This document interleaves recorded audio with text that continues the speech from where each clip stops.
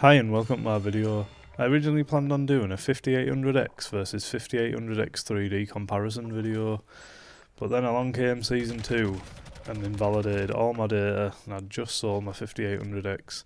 Bit of a nightmare, but give me the idea for this video.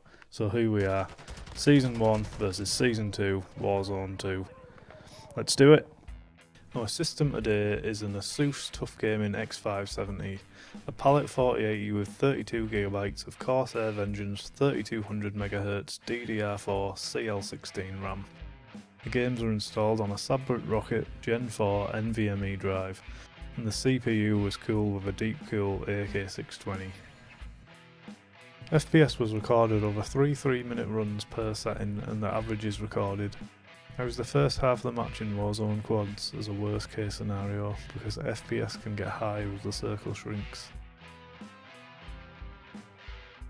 Starting with 4K Ultra here, we see Season 1 showing 9% better average FPS and a 21% boost to 1% lows.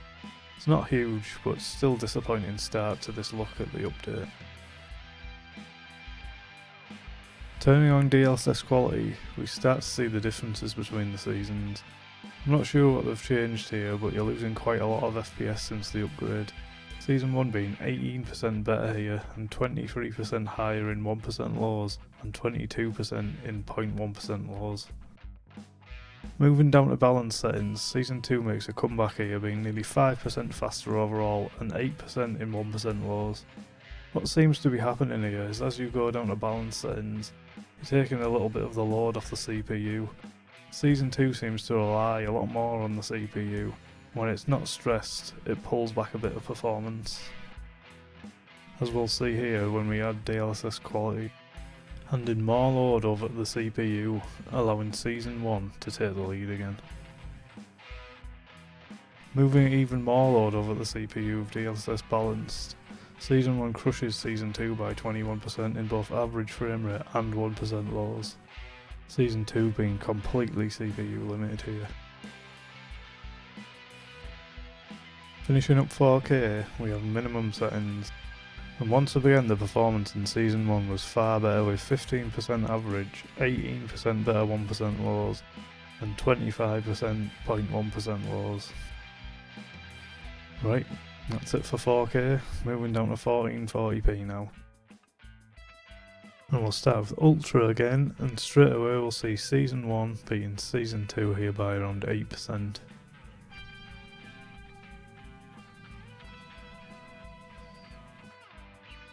Adding DLSS quality increases the lead by a few percent to around 10% on average. And now we move over to balance settings.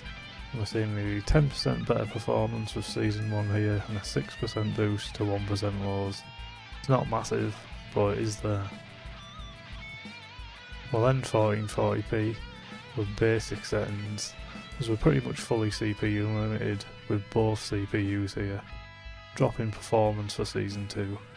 Season 1 absolutely destroys Season 2 here, giving 26% more FPS and a 19% boost to 1% lows, as well as a small boost to 0.1%. I really didn't want to include too much DLSS here due to image blur at this resolution, and at 1440p margins between seasons with DLSS on and off don't change that much really. Now we're going down to 1080p Ultra settings. Straight away we're heavily CPU limited with Season 2 allowing Season 1 13% more frames with better 1 and 0.1% lows. Adding DLSS quality actually makes both seasons perform slightly worse overall, but in Season 1 it gave an 18% boost to 1% lows, making it 15% faster in this area, allowing for a much smoother experience over the Season 2 update. Now we have balance settings, and both seasons are in a few frames of each other, with Season 2 actually taking back the lead by 3%. But here Season 1's Ultra settings are beating Season 2's balanced, so it's a bit of a moot point really. Finally we have basic settings, which kills performance in Season 2, becoming completely CPU limited here, beyond what it can handle. Season 1 on the other hand pretty much matches its Ultra settings again, but with slightly better 1 and 0.1% lows, So it's actually one of the smoothest settings available for 1080p, if you're happy with the image downgrade, that is.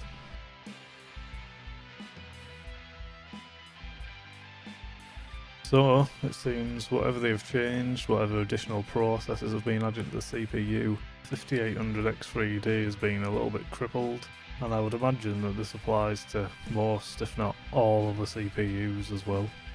Since the update, you're losing a lot of FPS, a lot of performance, and hopefully this will be brought to the attention of the devs and fixed somehow, but we'll see about that. I guess it's between 170 odd and 200 FPS really.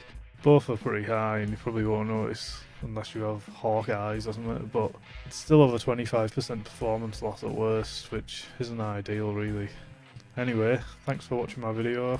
I hope it didn't upset you too much. It's my first video ever, but hopefully it offered you some value and some idea of what settings to use to get the best from your 5800X3D. If you like the video, give it a like, and if not, feel free to abuse me in the comments. Cheers. Thanks a lot for watching, subscribe, thanks, bye.